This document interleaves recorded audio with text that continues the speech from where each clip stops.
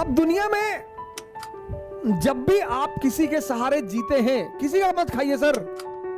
किसी से अगर 1 रुपये खा रहे हैं तो उसे 2 रुपये खिलाइए, और अगर नहीं खा सकते हैं तो किसी का खाइए भी मत। मिर्जापुर में ललित का हाल देखे ना, ऐसे ही हाल होता है जो दूसरों के सहारे जिंदा रहते हैं। ऐसा ही हाल होता है सर। अगर आप किसी पर 1 रुपया नहीं खर्चा कर सकते हैं तो उसका 1 रुपया अपने ऊपर खर्चा मत होने दीजिए। जब तक संभव हो दुनिया में किसी का एहसान मत लीजिए, नहीं तो कल आंख दिखाएगा तो आप गाली नहीं दे पाएंगे।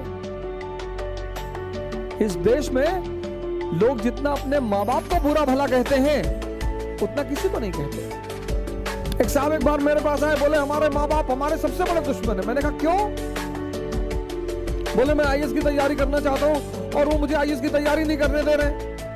मैंने कहा क्या कह रहे हैं? कह रहे पहले कोई जो है और नौकरी कर लो।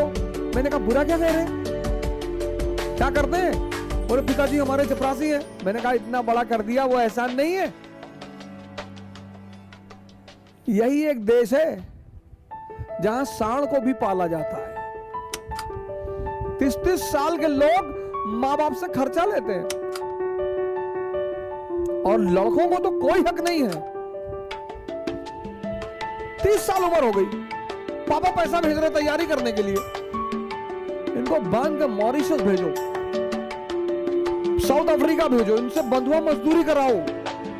30 साल, हद से हद 25 साल। आप 30 साल के हैं तो आपके फादर रिटायरमेंट के स्टेज पे पहुंच रहे हैं, बुजुर्ग हो रहे हैं। किसी का खाइए मत सर, बिल्कुल मत खाइए, नहीं तो किसी दिन किडनी मांग लेगा आपकी। खिलाएगा पिलाएगा, जूता पहनाएगा नाइक का, रेडॉस का। या नेता लोग क्या कहते हैं, भाई है हमारे। नेता के साथ जो 2-4 लोग टहलते हैं, कभी नेताजी से पूछे कि नेताजी ये कौन है? अरे हमारे भाई की तरह है। और किसी दिन ले आके ललित वाला हाल कर दिया। क्योंकि जब तक तुम कमजोर रहोगे तुम्हारा शोषण होगा। तुम किसी भी जाति के हो, किसी भी धर्म के हो, क्या फर्क पड़ता है?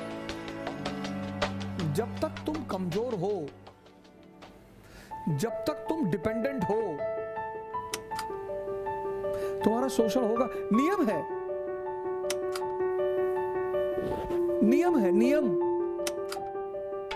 पराधीन सपने सुख नाही, तुलसीदास यही तो कहते हैं।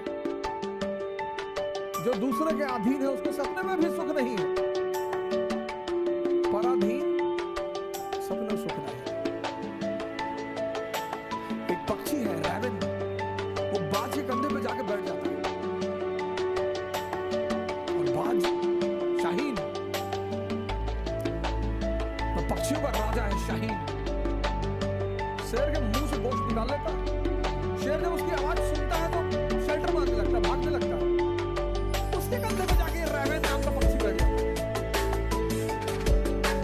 तो पता है बाज क्या करता है? अपनी उड़ान बढ़ाने लगता है, उड़ान। जैसे जैसे उसकी ऊंचाई बढ़ती रहती है, ऑक्सीजन लेवल कम हो जाता है। रैवन को भागना पड़ता है। अपनी ऊंचाई बढ़ाओ,